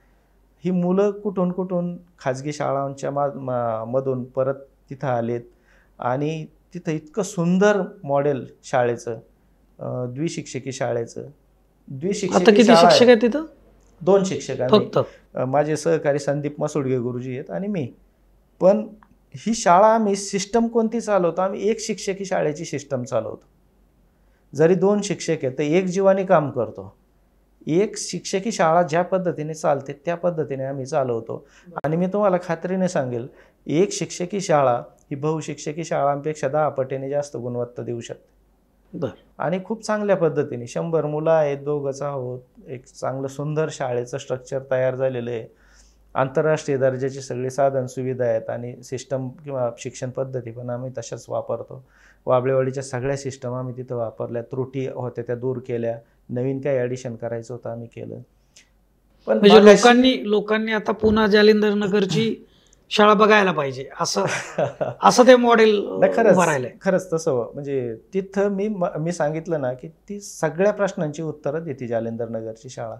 आदिवासी भाग आहे, त्याच्यानंतर डोंगराळ भाग आहे, एका बाजून धरणाचा फुगवटा आहे, ॲप्रोच रोड नाही थेट, अशा ठिकाणी काम उभं राहू शकतं. महाराष्ट्रात असं कोणतं ठिकाण आहे की जे याच्यापेक्षा दुर्गम असू शकतं? बरोबर. याच्यापेक्षा तर दुर्गम कोणतं नसणार आहे. तशी या ठिकाणची शाळा जर अशा पद्धतीची होऊ शकते, 7च महिन्यात होऊ शकते, तर मग महाराष्ट्रातली कुठलीही शाळा ठरवलं ना सगळ्यांनी तर 1च वर्षात महाराष्ट्राचं चित्र बदलून जाईल. आणि ते बदलू शकते एवढी मला तर खात्री. याच अनुषंगानं मला तुम्हाला एका प्रश्नाकडं आणायचं आहे ज्याच्यावरती मला तुमचा अभिप्राय खरं तर हवा आहे. कारण महाराष्ट्र सरकारनं असा निर्णय घेतलेला आहे की आता कंपन्यांना जिल्हा परिषदेच्या किंवा सरकारी शाळा या चालवायला द्यायच्या, असं काही निर्णय होतोय. आणि तुमचा अनुभव असा आहे की शासनाची म्हणजे सरकारी जी जिल्हा परिषद शाळा आहे, महापालिका आहेत, नगरपालिका आहेत, ह्या सगळ्या शाळा सरकारच्या, तर या शाळासुद्धा लोकसहभागातून तितक्याच तोडीच्या होऊ शकतात. हे वाबळेवाडीचं तर उदाहरण तुम्ही सेट केलंच होतं, पण ते एक अपवादानं होऊ शकतं. ही जी चर्चा कदाचित होत असेल तर त्याला हे जालिंदरनगरचे शाळेचं उत्तम उत्तर आहे की हे अपवाद नाही, हे होऊ शकतं. तर आता या सगळ्या निर्णयावरती तुमचं काय मत आहे? मग त्याच्या बेसिक जो सिद्धांत आहे ना, तो सांगतो मी त्याच्यासाठी. शाळा पैशाने नाही चालत, शाळा सत्तेने नाही चालत, शाळा अधिकाराने नाही चालत, शाळा जिव्हाळ्याने चालते, बरोबर, इच्छाशक्तीने चालते. सगळ्यात जास्त जिव्हाळा कुणाचा असू शकतो? ज्यांची पोरं शिकतात त्यांचा. त्या पोरांची सगळ्यात जास्त काळजी कुणाला असू शकते? ती ज्याची आहेत त्यांना. बरोबर. सरकार म्हणजे काय? सरकारला जिव्हाळा कधी असू शकेल? तशी आपण कल्पना करू शकतो का की आईबापा इतका जिव्हाळा सरकारला वाटतोय मुलांचा? नाही. सरकार ही एक फार वेगळी सिस्टीम आहे. मागच्या 2 वर्षात तर मला तिचा फार मोठा अनुभव आलाय. तर ते मला असं वाटत नाही की यांना जेवढी काळजी वाटते तेवढी काळजी त्यांना वाटेल म्हणून, आणि कंपनीला पण नाही वाटणार. पैसे असले म्हणून शाळा उभ्या राहतील आणि शाळा चालतील, हा जर गैरसमज सगळ्यांनी सोडून द्यावा. अनेक लोकांकडे पैसे आहेत, अनेक लोकांकडे सत्ता आहेत. मी तुम्हाला म्हणजे गमतीने ती गोष्ट सांगायला हरकत नाही. ज्यावेळेस तुम्ही मागाशी म्हटले ना की दादांशी काय ह्या लोकांचं बोलणं झालं का, वाबळेवाडीच्या लोकांचं, तर दादांशी बोलायला आमची लोक गेली होती, पण दादांची भेट होऊ शकली नव्हती त्या काळात त्यांची. वाबळेवाडीच्या लोकांची दादांची भेट हो ना याची पण काळजी घेतली जात होती. बरं. तर दादांचे PA भेटले होते आमच्या वाबळेवाडीच्या लोकांना, आणि आम्ही वाबळेवाडीची लोक आहेत असं म्हटल्यानंतर त्यांनी आदराने यांना खुर्च्या वगैरे दिल्या, मोकळी जागा बसायला करून दिली, आणि बाकीचे सगळे विषय बाजूला ठेवून ते जे दादांचे PA होते आमच्या लोकांशी बोलायला लागले. ते म्हटले तुम्ही करता काय नेमकं? दादा आणि मोठे साहेब आमच्या शाळेत शिकले म्हणले, त्या काटेवाडीच्या, आणि म्हणून आम्हाला ती शाळा खूप चांगल्या पद्धतीने बनवायची हा आम्ही गेल्या अनेक वर्ष प्रयत्न करतोय म्हणले. आणि हे सगळं सत्य, अगदी त्यांना विचारलं तर ते पण सांगतील बरोबर. असं बोलणं झालंय म्हणून. पण आमच्याकडे सत्ता असून आमच्याकडे पैसा असून आम्ही त्या वाबळेवाडीच्या लेवलला जाऊ शकत नाही किंवा पोचू शकलेलो नाही. तुम्ही खाता काय नेमकं? अच्छा. हो. असं वाबळेवाडीच्या लोकांना विचारलं होतं. मग पैसा असून शाळा होतील असं भ्रमात कंपन्यांनी पण राहू नये. याच्या पाठीमागे एक फार मोठी सिस्टीम काम करते. त्याच्यात मुख्य भूमिका कुणाची हा प्रश्न जर विचारला तर मला असं सेपरेट एखाद्याची किंवा एखाद्या व्यक्तीची किंवा एखाद्या साधन संपत्तीची असं सांगता येणार नाही. शिक्षक, गावकरी, मुलं, व्यवस्था, ह्या सगळ्यांची केमिस्ट्री तयार व्हावं लागते. आणि ते केमिस्ट्री तयार होणं किंवा ते करणं हे फार सोपं आहे. आता जालिंदरनगर उभं राहिल्यानंतर तर एक सूत्रच आपल्या हातात सापडलेली आहेत अशी की ते गणिताची कशी सूत्र असतात त्याच्यात किमती टाका उत्तर मिळेल. बरोबर. ह्याच्यामध्ये पण असं होऊ शकतं. पण त्याच्यामध्ये जर असं कुणी की आम्ही आहे म्हणूनच होतंय असं जर कुणी म्हणायला लागलं तर ती चूक आहे. बरोबर. याच्यात महत्त्वाच्या भूमिका लोकसहभागाची महत्त्वाची भूमिका काय, तर सगळ्यात जास्त शाळेची काळजी त्यांनाच असते, शिक्षकांपेक्षा पण मी असंही म्हणल. कारण जे डेडिकेटेड शिक्षक आहेत ते मात्र मग गावकऱ्यांच्या पुढे जाऊन काम करतात. बरोबर. पण जे नोकरी म्हणून करणारे शिक्षक आहेत त्यांच्यापेक्षा जास्त काळजी गावकऱ्यांना असते, आणि ती गावकऱ्यांनाच असली पाहिजे. आणि सगळ्यात जवळची सुपरविजन सिस्टीम, आत्ता शासनाची भरपूर सुपरविजन सिस्टम आहे. कोण किती वेळा शाळेत जातं, कशा पद्धतीने सुपरवाईज केलं जातं हे मी सांगण्याची काय आवश्यकता आहे? प्रशासनाला पण चांगलंच माहीत असणार. आणि अशा सुपरविजन सिस्टीमच्या वर विश्वास ठेवून कसं आपण चांगल्या गोष्टींची अपेक्षा करू शकतो? ती सुपरविजन सिस्टीम म्हणजे फक्त पाहण्यासाठी आणि चुका शोधण्यासाठीच असली पाहिजे असं नाही, ती गावकऱ्यांची असली पाहिजे. आणि ती अशी असली पाहिजे, चुका शोधणं किंवा लक्ष ठेवणं हा 5%च भाग असतो. 95% ही सुपरविजन सिस्टीम ही सहभागी झाली पाहिजे कामामध्ये, आणि त्या शिक्षकांच्या बरोबरीने यांनी काम केलं पाहिजे. खांद्याला खांदा ह्या लोकांचा असला पाहिजे. त्याच्यानंतर मग आपोआपच एक नैतिक दडपण राहतं एकमेकांच्यावर. शिक्षक लोकांच्या बरोबर काम करत असतील, लोक गावातली जर शिक्षकांच्या बरोबर काम करीत असतील तर मग एकमेकांच्यावर ते नैतिक दडपण राहतं. निकालासाठी. आणि ह्याच्यामध्ये मग एक गोष्ट जी एक मगाशी मी सुरुवातीलाच सांगितलं, की एक ती प्रगल्भता आहे पाहिजे समाजामध्ये. ती प्रगल्भता अजून आलेली नाही. ह्या राजकारणाने, स्थानिक पातळीवरच्या राजकारणाने फार वाटोळं केलं आहे आपल्या इकडं. की आम्ही करत नाही ना, मग दुसऱ्याने कोणी चांगलं करीत असेल ते पण नाही झालं पाहिजे. काय बरं वाईट व्हायचे आमच्याच माध्यमातून झालं पाहिजे, अशी जोपर्यंत भूमिका आपण सोडून देत नाही, पायापाशी पाहण्याचा संकुचितपणा जोपर्यंत आपण सोडून देत नाही, तोपर्यंत आपल्या शाळा विकसित होणार नाहीत. आणि प्रत्येक ठिकाणी कुठंतरी गालबोट लागले ह्या राजकारणातूनच लागलेलं आहे. फार छोटे छोटे हे असतं, प्रत्येकाचं स्वार्थ असतात प्रत्येकाचं. त्या छोट्या स्वार्थापायी आपण विश्वाला आग लावून देत असतो. विश्वाचे नाही, प्रत्येक आमच्या वाबळेवाडीच्या 700 कुटुंबाच्या विश्वाला आग लागलेली. हे साधं पाप नाही आहे, हे पाप पुण्याच्या गणितात पाहिलं पाहिजे. म्हणजे जुन्या काळी ते ऋषीमुनी कुणी शाप देत असतील, वर देत असतील, मला माहीत नाही. पण वाबळेवाडीच्या 750 कुटुंबाला ज्यांनी उद्ध्वस्त केलं, मला वाटत नाही ते त्यांच्या आयुष्यात परत सुखी राहू शकतील म्हणून. आणि होणार 100%. तर ह्या अशा पद्धतीच्या चुकीच्या पद्धतीने कधी गावामध्ये आपण म्हणजे ते काम तसं केलं नाही पाहिजे. त्या हितासाठी, शाळेच्या हितासाठी, मुलांच्या हितासाठी गावाने जर असं एकत्रित येऊन उभं राहिलं, तर मग त्यांनी जे उभं केलेलं काम आहे त्याची उदाहरणं म्हणजे वाबळेवाडी आणि जालिंदर नगर आहे.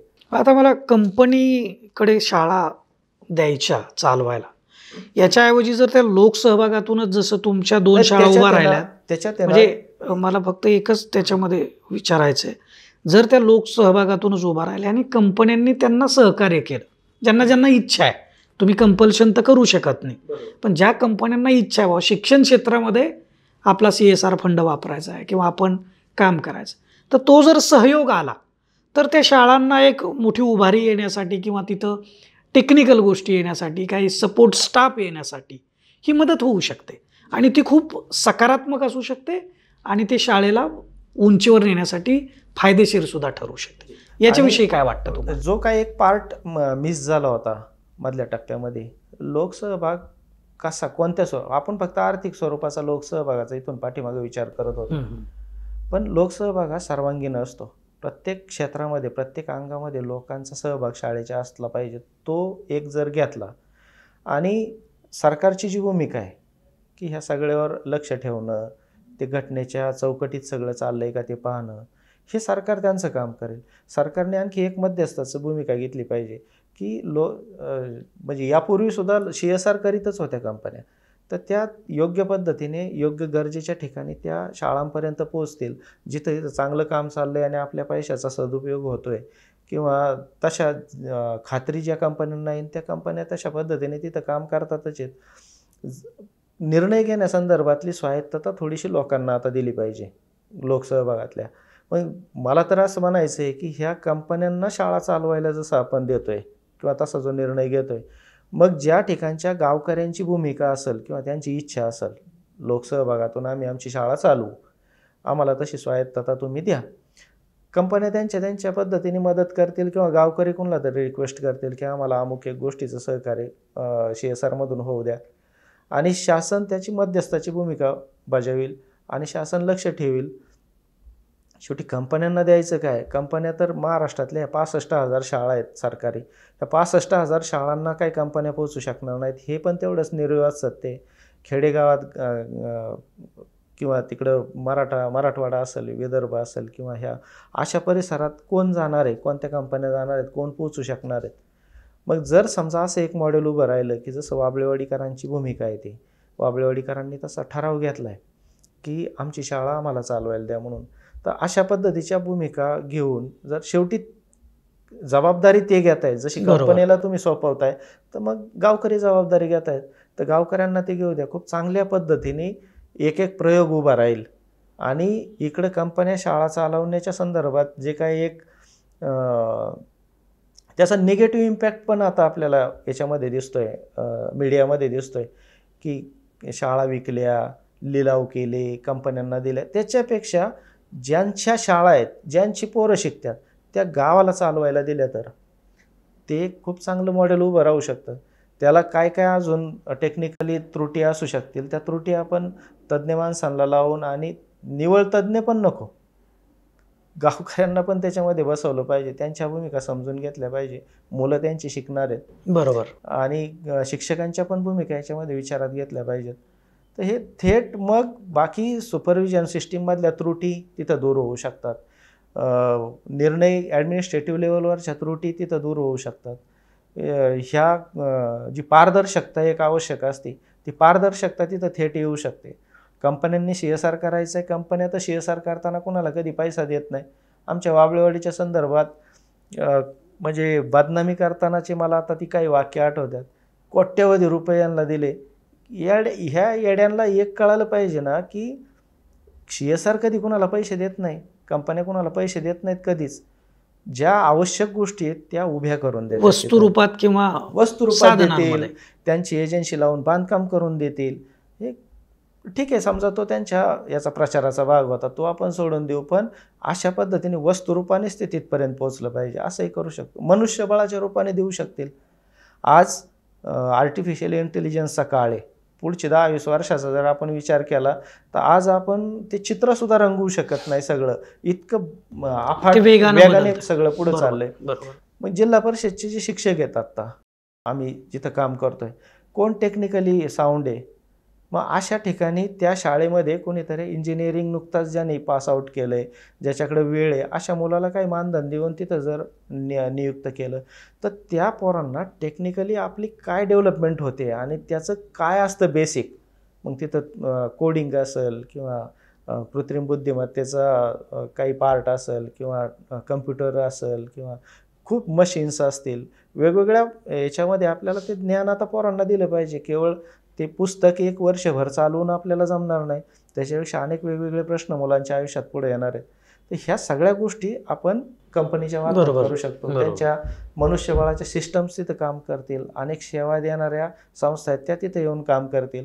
तर ह्या सगळ्या गोष्टी, आणि हे सगळं आपल्याकडे घडलं पाहिजे, हे काळजीने गावकरी त्याच्यामध्ये लक्ष घालू शकतात. अतिशय महत्त्वाचा मुद्दा तुम्ही त्याला स्पर्श केलेला आहे आणि छानपैकी त्याची मांडणी पण केलेली. मला थोडं पुढं, आणि आता आपण थोडा शेवटाला येतोय मुलाखतीच्या, आणि शेवटचा प्रश्न आहे की वारे गुरुजींचा हा जो प्रवास आहे, हा सुरुवातीला एक प्रभावशाली राहिला, म्हणजे एक अतिशय प्रेरणादायी होता. मधला टप्पा आला जिथं प्रचंड मोठा संघर्ष निर्माण झाला, आणि आता पुन्हा तो एक प्रेरणादायी प्रवास सुरू होतोय. का तुमचं आरोपमुक्ती झालेली आहे, तुमचं शाळा पण तुम्ही 7 महिन्यामध्ये उभा केली आहे जालिंदर नगरमध्ये. तर पुढचे वारे गुरुजी कसे असणार आहेत? ह्या सगळ्या अनुभवातले वारे गुरुजी आता आम्हाला पुढच्या वर्षभरात, 5 वर्षात, 10 वर्षात हे वारे गुरुजी कसे दिसतील? वाबळेवाडीच्या तुम्ही जसं सांगितलं की सुरुवातीच्या टप्प्यामध्ये तो एक प्रेरणेचा प्रवास होता. वाबळेवाडीची शाळा लोकांनी आले, पाहिली. आम्हाला अनेक ठिकाणी भेटीसाठी किंवा बोलण्यासाठी लोकांनी बोलवलं. आम्ही सुट्टीच्या काळामध्ये कोणाचंही काहीही मानधन कसल्याही स्वरूपाचं न स्वीकारता, ही जाहीर मी सांगू शकतो आपल्या कॅमेऱ्याच्या समोर, कारण मी मगाशीच सांगितलं की आयुष्यात कधीही चूक केलेली नाही आणि इथून पुढे होणार नाही, हे मी तेवढ्याच खात्रीने आणि निश्चयपूर्वक सांगतो सगळ्यांच्या समोर.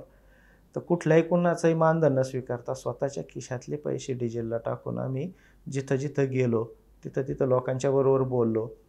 त्या ठिकाणी, कारण म्हणजे त्याच्या पाठीमागं कारण असं आहे की आपण त्यागाची भूमिका ठेवल्याशिवाय आपण कोणाला सांगू शकत नाही, आणि सांगितलं तरी ते लोकांना पटणार नाही. तर त्या पद्धतीचं काम त्या वेळेस आम्ही केलं. मधला काळ जो संघर्षाचा होता, तो संघर्षाचा काळ हा दिसायला जरी संघर्षाचा होता, पण तो सुद्धा प्रेरणेचाच काळ होता. कारण हे सगळं वारे गुरुजी किंवा वाबळेवाडीच्या बाबतीत घडलं, हे सर्रास सगळ्यांच्या बाबतीत घडतंय. उदाहरण म्हणून आपलं फक्त समोर आलंय. बरोबर. आणि हे फार वाईट पद्धतीने सगळं जे चाललेलं आहे. तर मग हे कसं त्याला सामोरं जायचं असतं, कसा संघर्ष करायचा असतो. मला अनेक शिक्षक भेटायचे, नाही तुम्ही खरंच फार धीर धरला, आम्हाला काळजी वाटत होती. मी म्हणलं धीर धरायला मला काय रोग आला, मला माहिती आहे ना माझं खरं आहे, मी कशाला कुणाचा विचार करू. आणि कसं त्याला टॅकल करायचं, कसे डाव प्रतिडाव खेळायचे, बुद्धिबळाचा खेळच होता हा 2 वर्ष चाललेला. बरोबर. आता आम्ही चेकमेट करून टाकले. आणि अशा म्हणजे त्या पद्धतीने आपण ह्या सगळ्याकडे पाहिलं पाहिजे. हे पण मधल्या काळात सांगण्याचा तो प्रयत्न होता. तुम्ही चांगलं काम करू नका, नाही तर तुमचा वारेगुरुजी होईल. ही जी एक निगेटिव्हिटी होती, तर तिला पण मला छेद द्यायचा होता. वाबळेवाडीमध्ये किंवा जालिंदर नगरमध्ये काम करताना तुम्ही चांगलं काम केल्यानंतर तुम्हाला वारेगुरुजीसारखा त्रास होईल हे जे सांगितलं जात होतं, तर आत्ता जालिंदर नगरमध्ये काम उभं करून जिल्हा परिषदने अध्यक्ष चषक दिला जालिंदर नगरला. हे सांगायचं विसरलो मी. 7 महिन्याचं काम आम्ही केलं आणि जिल्हा परिषदची पुणे जिल्हा परिषदेच्या ज्या शाळा आहेत का, 4000 वगैरे शाळा असतील जिल्हा परिषदेच्या, त्या 4000 शाळांच्या मध्ये एक दरवर्षी स्पर्धा असते. गुणांकनातून मूल्यांकन होतं आणि सगळ्यात हायेस्ट मार्किंग ज्या शाळेला राहतं त्या शाळेला 1 नंबरचा अध्यक्ष चषक पुरस्कार दिला जातो. आणि तो अध्यक्ष चषक पुरस्कार ह्या वर्षी आमच्या जालिंदर नगर शाळेने मिळवला. क्या बात आहे, अभिनंदन यासाठी तुमचं. तर त्यावेळेस आम्हाला विचारलं होतं की तुमच्या शाळेची मुख्य वैशिष्ट्य काय. म्हटलं अनेक आहेत, पण एक मुख्य वैशिष्ट्य म्हणजे लोकसहभाग. तर ज्या लोकसहभागाला इकडं निलंबन केलं जातं वाबळेवाडीत, दुसऱ्या वर्षी लोकसहभागाला 1 नंबरचा पुरस्कार दिला जातो. लोकसहभागच शाळा निर्मितीचं एक प्रमुख साधन आहे आणि त्यालाच वाढवण्याचं काम तुम्ही पुढच्या काळात करणार आहे. येस, म्हणजे लोकांनाही पण त्या संदर्भात आपल्याला जनजागृती मार्गदर्शन पाहिजे की तुम्ही कशा पद्धतीने हा जो आपण लोकसहभागाचा मागाशी मी सांगितलं ना की गावच्या छोट्या छोट्या राजकारणाच्या मुद्द्यांनी कसं नुकसान होतंय, हे सगळं सोडून तुम्ही शाळेच्या पाठीमागे एक व्यापक दृष्टीने कसं उभं राहिलं पाहिजे. आणि तुम्ही जर उभे राहिले तर हे शिक्षक निर्भय होतील आणि ते मग त्यांच्या निर्भयता असली तरच तुमची नवनिर्मिती जन्म घेत असते. मग ते गाव उभं राहिल्याशिवाय निर्भय होणार नाही शिक्षक. बरोबर. गावाला उभं केलं शिक्षक उभे राहतील. मग उभे राहिल्यानंतर जे मी मागाशी सांगितलं की काही सूत्र आहेत, जालिंदर नगरचे असतील, वाबळेवाडीचे असतील, ही सूत्र सगळ्यांच्या समोर आपल्याला देता येतील, सगळ्यांकडे देता येतील. आणि आपण ह्या सगळ्या शाळा, आपल्या सरकारी शाळा एक चांगल्या लेवलवर कशा नेऊ शकतो. इथं आंतरराष्ट्रीय दर्जाचं शिक्षण आपल्या गोरगरिबाच्या मुलांना कसं मिळू शकतं. आणि ज्याला मग गावकऱ्यांची भूमिका जर तिथं आली महत्त्वाची, तर प्रत्येक गाव ठरविल, ती पालक किंवा ते ग्रामस्थ ठरवतील आपल्या मुलावर किती प्रेम आहे, मग आपल्या शाळेसाठी आपण काय खर्च करायचा आणि काय योगदान द्यायचं का नाही द्यायचं. आणि मला तर असं वाटतं की एखादे प्राणी असतो, त्या प्राण्याला, कुठल्याही प्राण्याला त्याच्या पिल्लावर माया असते, मग माणसाला तर नक्कीच असणार. नक्कीच आहे, बरोबर. मग आपल्या मुलाला चांगलं शिक्षण मिळालं पाहिजे, ही जी काळजी आहे आज प्रत्येकाला, तर मग त्या सिस्टीम जिल्हा परिषदच्या शाळेमध्ये ती माणसं उभी करतील. बरोबर. आणि ती आपल्या मुलाच्या हितासाठी जरी केली तर ती अनेक पिढ्यांपर्यंत त्या शाळेमध्ये, त्या अनेक पिढ्यांना त्याचा उपयोग होत राहील. ह्या सगळ्या सिस्टम आता आपल्याला राज्यामध्ये उभ्या कराव्या लागतील. जिथं कुठं कुणी माझ्यासारखा अन्यायग्रस्त असेल तर मी आपणालाही विनंती करेल सर की त्या अन्यायग्रस्त शिक्षकाच्या जो खरोखर चांगलं काम करतो, तुम्ही जसं माझं चेक केलं आणि मला साथ दिली, तसं अन्याय जिथं जिथं ज्याच्यावर होतोय त्याला साथ म्हणजे त्याचं चेक केलं पाहिजे, त्याला त्याचा चेहरा आणि त्याचा आवाज बनवून आता आपल्याला उभं राहिलं पाहिजे. नक्कीच. आणि ज्यावेळेस फार काळ तो संघर्ष करावा लागत नाही, एकदा लक्षात आलं ना, अरे नको कुणावर अन्याय करायला, नाही तर हे वारेगुरुजी सारखं होईल. आता वेगळ्या अर्थाने बोलतील. अगदी बरोबर. आता मग जे सकारात्मक, आता की वारेगुरुजी सारखं झालं पाहिजे आपल्या आयुष्यामध्ये, हे आता आपल्याला परत आणलंय समोर आपण, आणि ते आता आपल्याला उभं करायचे. आपल्याला शिक्षक म्हणून जगायचंय ना, तर आता आपल्या आयुष्यात पण वारेगुरुजी सारखं झालं पाहिजे. ही गोष्ट आता प्रत्येकाच्या दुसरं एक जाता जाता तुम्ही ज्यावेळेस तुमचं हे सगळे आरोप झाले, सगळ्या गोष्टी झाल्या, तुम्ही त्यावेळी चप्पल न घालण्याचं एक शपथ घेतली असं ऐकलं होतं. आणि ते मी आज बघतोय की तुम्ही खरंच चप्पल न घालता इथं पुण्यात आलेले आहेत आमच्या ऑफिसला. आणि काय म्हणजे आता ही शपथ तर आता तुमचं आरोपमुक्तता झाली आहे, निलंबन मागे घेतलेलं आहे, तर ही कुठपर्यंत शपथ आहे किंवा काय गौड आहे? आरोपमुक्तीसाठी किंवा मी स्वतः एकटा वारे गुरुजी याच्यातून निर्दोष होईल आणि मग मी चप्पल घालील, किंवा अमुकनी मला फार त्रास दिला आहे त्या व्यक्तीच्या विरोधात निषेध म्हणून मी चप्पल सोडील, असं काही नव्हतं त्यावेळेस. ते कुणाच्या पदाधिकाऱ्यांच्या विरोधात जाऊन किंवा त्यांचा निषेध म्हणून मी चप्पल सोडा इथपर्यंत काय कुणाची पात्रता मी समजित नाही. मी थोडंसं असं वाटेल तुम्हाला की मी थोडं कडवट बोलतोय, पण ती पण एक थोडीशी ती भावना आहे, ती मला त्रास दिला म्हणूनची नाही, पण ह्या सामान्य लोकांच्या आणि त्यांच्या पोरांच्या शिष्टम उद्ध्वस्त करणाऱ्या माणसांबद्दल मला कधीच यापुढं प्रेम वाटणार नाही, म्हणून मी ते तसं बोललो. पण एक अशी आपली एक स्वभाव असतो किंवा भावना असते अशी की आपल्याला प्रतिक्रिया, आपल्यामध्ये ज्या घुसमट होते किंवा आपल्यामध्ये जे आंदोलनं होतात त्याच्या प्रतिक्रिया जर देता आल्या बाहेर तर आपल्याला थोडंसं रिलॅक्स वाटतं. पण आमची मर्यादा अशी 1967ला आमचं काहीतरी आमची संहिता लिहिलेली, कर्मचाऱ्यांनी कसं वागलं पाहिजे. आता मला वाटतं त्याला 56 वर्ष झाले. 56 वर्षापूर्वी लिहिलेलं आहे. दर 2 वर्षांनी 3 वर्षांनी जग दुप्पट, ज्ञानाचा वेग दुप्पट होतोय असं म्हणतात, आणि 56 वर्षापूर्वीचे आमचे चाललंय ते आता व्यवस्था. आणि बरोबर त्यातमध्ये असे नियम आहेत की वारे गुरुजी त्रासदायक वाटतोय ना, त्याला पकडायचं असेल तर ती 1967ची संहिता बरोबर कामाला येते. त्याच्यामध्ये मी आपल्या माध्यमातून ते सुद्धा एक विनंती करेल की त्याच्याबद्दल आपल्याला फार काही वेगळं बोलायचं नाही, मी विनंती करेल की आता काळानुरूप त्याला बदलवलं पाहिजे त्या संहितेला पण. तर ती एक माझी भूमिका. दुसरं असं की ज्यावेळेस आपल्याला आंदोलनं आपल्या मनामध्ये चालू असतात तर त्यावेळेस आपल्याला व्यक्त जर होता आलं तर ते बरं वाटतं, जरा बॅलन्स होतो आपण. पण व्यक्त होता येत नव्हतं ह्या संहितेमुळं. कुणी किती त्रास दिला किंवा कुणी किती बदनामी केली, कुणी किती आरोप केले, तर त्याला उत्तर देता येत नव्हतं. कदाचित उत्तर देण्याची जर परवानगी असती तर आरोप करणाऱ्यांना पण कळलं असतं की आपण काय करून बसलो. बरोबर. पण ती उत्तर देण्याची आम्हाला परवानगी नव्हती. मग गप्प राहणं हे फार त्रासदायक असतं, क्लेशदायक असतं. तुम्हाला काहीच प्रतिक्रिया द्यायची नाही असं नाही, म्हणजे आपण सहन नाही करू शकत ते, आणि ज्याने चूक केलेलं नाही तो तर कधी सहन करू शकत नाही. मग त्यावेळेस ती प्रतिक्रिया काहीतरी अशा पद्धतीची की ज्याने आपण व्यक्त झालोय किंवा आपण त्याला काहीतरी प्रतिक्रिया दिली, अशी एक जाणीव आपल्या मनाला सतत राहिली पाहिजे, म्हणून ती चप्पल सोडून दिली होती. आता ही घालायची कधी? तर याच्यामध्ये मग मला असं वाटतं ना की खूप साऱ्या गोष्टी त्यानंतर, म्हणजे ती आठवणी पण अशा आहेत. मग असे मी आमच्याच पालक ज्यांना आम्ही समजतो अशा अधिकाऱ्यांच्या पण आठवणी मी सांगितल्या की हे कसे आमच्या पुढं आम्ही त्यांना हातपल झालेलो किंवा अक्षरशः भुईसपाट झालेलं कसं पाहिले आम्ही त्याच्यातून, म्हणजे मी असेल किंवा अनेक आमच्यासारखे शिक्षक असतील की याला त्याच्यातून कसं त्रास होतो हे पण आम्ही पाहिलेलं आहे. ह्या सगळ्या आठवणी आता असं वाटतं ना की ह्या आठवणी आता जपल्या पाहिजेत. आणि मी तर तो निर्णय वाबळेवाडीकरांच्यावर सोडला होता, ते पण ह्या सगळ्या साक्षीला होते, ह्या सगळ्या प्रसंगांना आणि सगळ्या ती एक घटनाक्रम जो आला आहे त्या सगळ्या घटनाक्रमाचे ते साक्षीदार आहेत की ह्या सगळ्या गोष्टींना आता एक काहीतरी तोंड फुटलं पाहिजे कुठून तरी.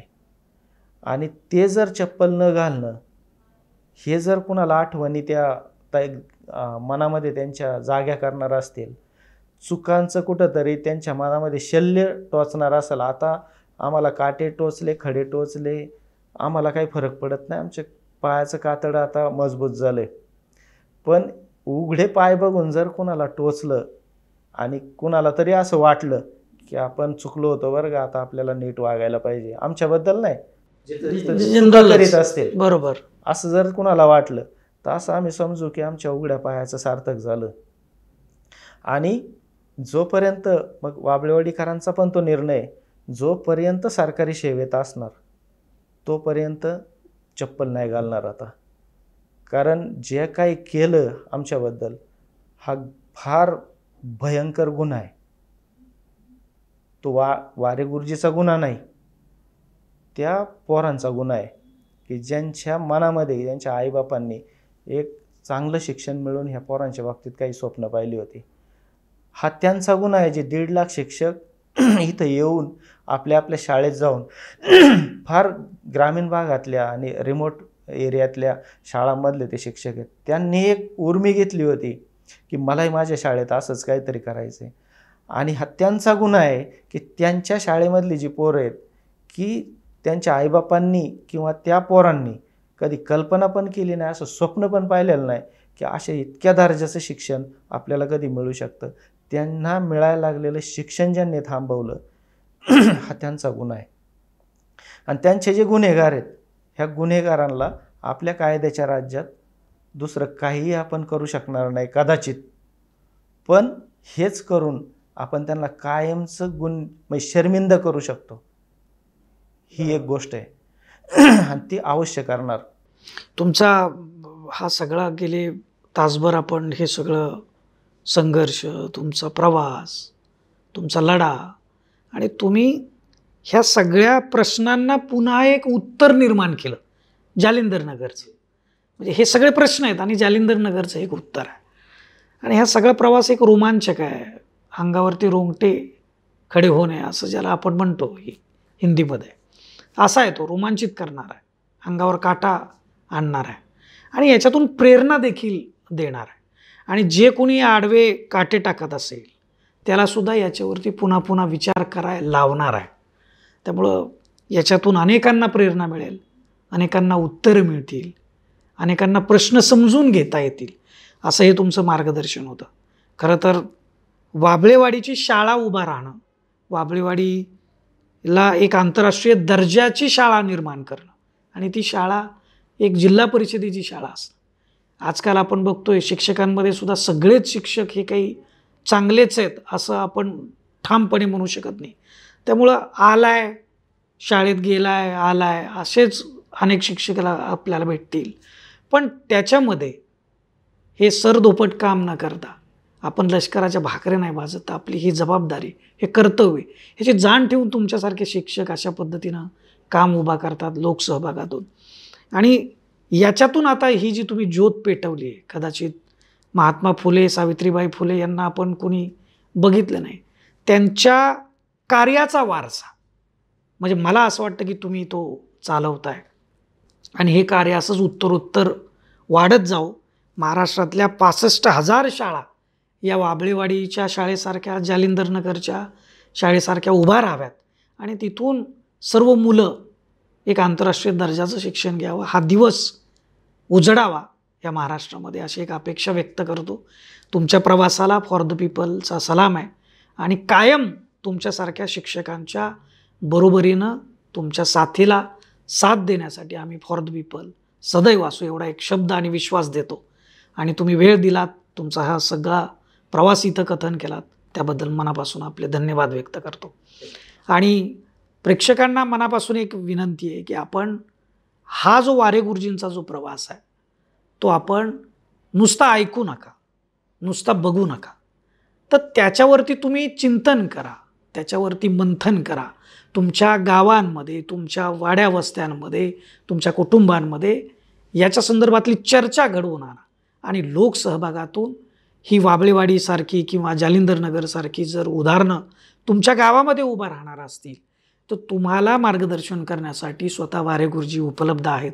तुम्ही त्यांना शासकीय दिवसांमध्ये तर भेटूच शकता शाळेमध्ये, पण इतरही दिवशी तुम्ही त्यांना भेटू शकता. तुम्ही त्यांची भेट घ्या, मार्गदर्शन घ्या आणि अशा पद्धतीचं एक महान कार्य. कारण शिक्षण का महान कार्य? कारण कुठलाही देश, कुठलीही व्यवस्था जर चांगली उभा राहायची असेल ना तर त्या देशातलं शिक्षण हे सर्वोत्तम असलं पाहिजे. कारण तिथून नागरिक घडतात, तिथून माणूस घडतो. आणि उभा राहिलेली जी व्यवस्था टिकवायची असेल ना तर तो सर्वोत्तम नागरिक असायला लागतो, सजग नागरिक असायला लागतो. आणि तो सजग नागरिक निर्माण करण्याची जी फॅक्टरी आहे ती फॅक्टरी म्हणजे शाळा आहे. आणि तिथले जे इंजिनियर आहेत, डॉक्टर आहेत, ते म्हणजे शिक्षक आहेत. मग शिक्षकांचं महत्त्व इतकं उत्तुंग आणि महान आहे, त्यामुळे त्यांना कमी लेखू नका, त्यांना सहकार्य करा, त्याच्यातून या अशा पद्धतीच्या शाळा निर्माण करा, या अपेक्षा आणि या शुभेच्छा तुम्हाला देतो आणि थांबतो. आपण फॉर द पीपल न्यूज चॅनलला फेसबुक आणि यूट्यूबवर जिथं पाहत असाल तिथं आपण सबस्क्राईब करा, लाईक करा आणि फॉलो करा. धन्यवाद.